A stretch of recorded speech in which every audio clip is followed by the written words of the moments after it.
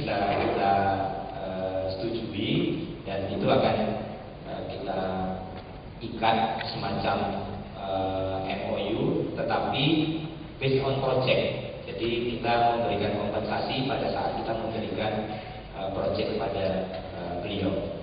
Sebetulnya ini sudah dimulai, tetapi belum ditetapkan. Contoh misalnya kita dengan Pak Weissenbel yang untuk finance, itu beliau sekarang sedang mempersiapkan pembelajaran yang terstruktur untuk finance. Nah, tetapi sekarang belum diikat, sehingga kalau sewaktu-waktu beliau mendapat penugasan dari tempat lain, nah ini kemudian kita tidak mendapatkan prioritas untuk itu. Nah, ke depan ini akan kita buat seperti ini. Kemudian untuk software, nah ini beberapa akan kita perkuat, termasuk di virtual classroom. Kami akan menyiapkan ini sehingga pada saat LC bisa memberikan kelas itu tidak hanya tatap muka seperti ini, karena mungkin waktu dari bapak-bapak tidak bisa setiap saat untuk mengisi kelas. Nanti kita akan siapkan virtual classroom. Kemudian untuk hardware, kami usahakan berbasis simulator. Nah, ini pun yang belum bisa sepenuhnya disiapkan oleh Pusdiklat. Kita akan menggandeng anak perusahaan kita yang sudah kebetulan menyiapkan itu. Maka untuk berikutnya Learning Steering Committee mungkin perlu ditambah, Pak. Jadi contoh misalnya IPWJB. Nah, kita akan juga mengikut sertakan direktur daripada IP dan PJB, salah satunya untuk memperkuat di RSC kita, terutama di pembangkitan. Kami sudah bicara tadi dengan Pak Joko juga, beliau siap. Dan kebetulan ini sebagai contoh, IP itu membangun simulator pembangkit untuk boiler supercritical di Perak. Nah, dengan kita libatkan beliau salah satu direktur IP itu menjadi Learning Steering Committee, harapannya kita bisa memanfaatkan fasilitas itu dan utilisasi dari peralatannya IP itu bisa makin baik. Nah, ini nanti akan kita lakukan, Pak. Kemudian yang sistem juga LMS kita ini akan kita perkuat, yang saat ini baru bisa dilakukan secara internal proses bisnis, tapi nanti akan kita buka keluar. Kemudian organizational learning technologies ini adalah ahli-ahli pembelajaran. Kita sedang mendidik, mudah-mudahan Januari 2014 kita sudah punya ahli-ahli pembelajaran, Pak, yang certified internasional.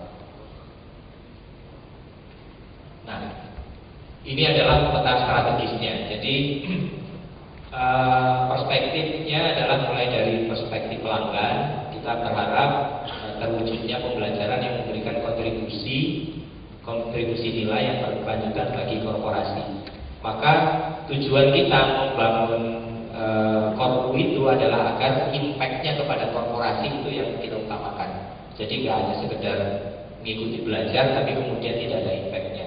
Ini di perspektif pelanggan akan menjadi penekanan. Saya kira masing-masing akademi sudah orientasi ke sana. Kemudian dari sisi perspektif produk dan layanan, terwujudnya optimalisasi metode pembelajaran dengan pendekatan external learning. Ini juga menjadi pendekatan kita yang akan kita terus populerkan, Pak. Jadi kita akan mengutamakan external learning dibandingkan dengan pembelajaran yang sekedar knowledge saja. Kemudian kita berharap juga bahwa nantinya korpu itu memang betul-betul bisa menjadi mitra pembelajaran untuk solusi-solusi persoalan yang ada di unit. Kemudian dari perspektif bisnis proses, nah ini juga tadi sudah kami singgung, terwujudnya sistem learning center. Jadi ini akan kita ikat, Pak, tadi sebagai contoh misalnya untuk distribusi kita dengan Kepo misalnya gitu. Kita akan buat MOU, kemudian dia mengadvise kita untuk pengembangan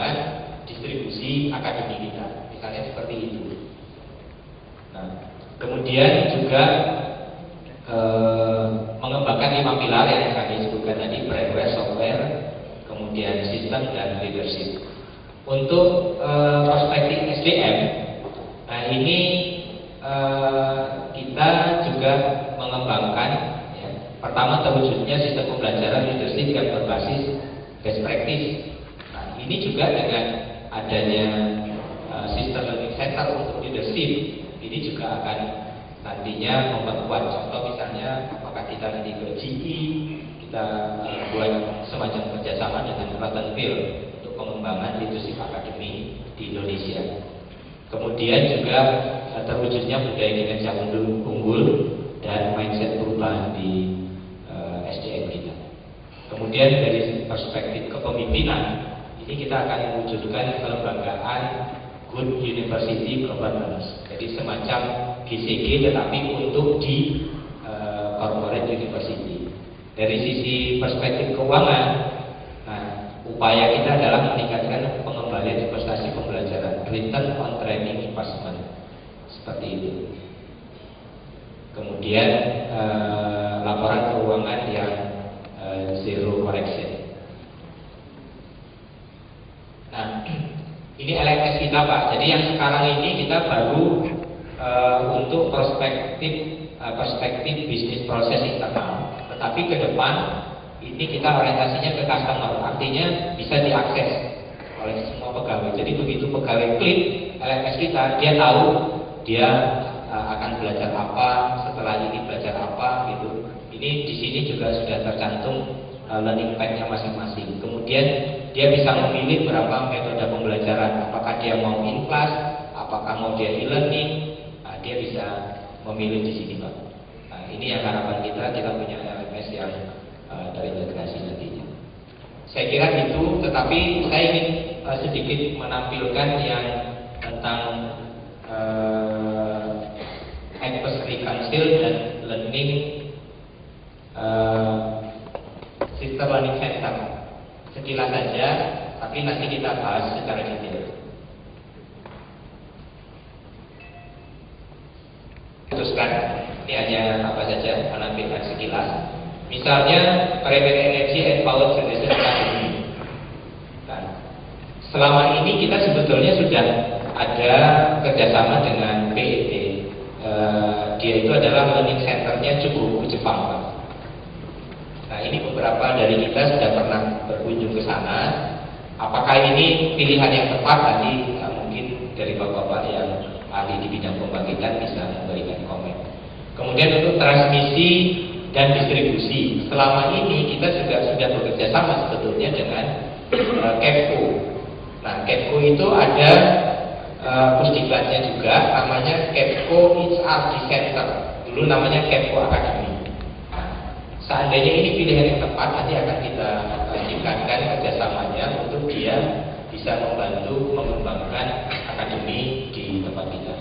Kemudian proyek akademi, saya kira Accenture sudah ada pembicaraan awal. Tadinya harapannya sebenarnya 2013 ini kita sudah bisa diperkuat dengan rekomendasi dari Accenture. Kemudian Renewable Energy Academy, ini juga kita sudah bekerja sama dengan Rinek Jerman.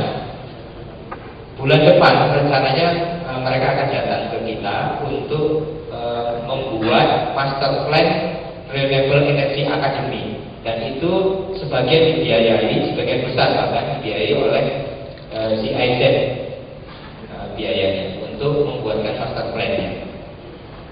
Kemudian corporate culture, corporate enabler, ini nanti kita lihat apakah juga mengacu ke yang lain. Kemudian leadership academy, salah satunya adalah Rattenville, kalau ini memang menjadi pilihan. Kemudian untuk sistem learning center yang terkait dengan konsep korpunya, ini kita tadinya melirik Accenture. Kenapa Accenture? Karena Accenture itu adalah the best overall award yang dia terima tahun 2012. Jadi dia korpu terbaik di dunia overall, itu Accenture Pak. Nah, kalau nanti memang pilihannya itu, nah kita akan coba jalin kerjasama ini. Kemudian untuk advisory council, nah ini ada beberapa, tapi ini juga masih terbuka untuk didiskusikan, terbuka untuk mungkin ditambahkan yang lain. Contoh misalnya untuk finance, ini kita akan meng-hire Profesor Roy Sembel yang selama ini sebetulnya sudah bekerja sama dengan kita, tetapi belum diikat. Nah, ini juga based on project. Jadi seandainya nanti kita ingin memperkuat di sistem pembelajaran kita, khususnya finance, nah pada saat itu kajian ini yang akan kita bayar sesuai dengan yang dilakukan.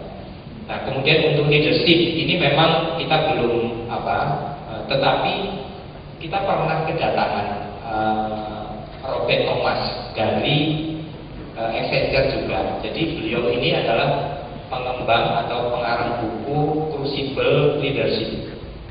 Dan kita kemarin sangat tertarik dengan konsepnya beliau di leadership, tapi ini pun masih terbuka untuk kita diskusikan. Atau dari NUS mungkin, karena sekarang kita lagi menjalin kerjasama dengan NUS untuk leadership.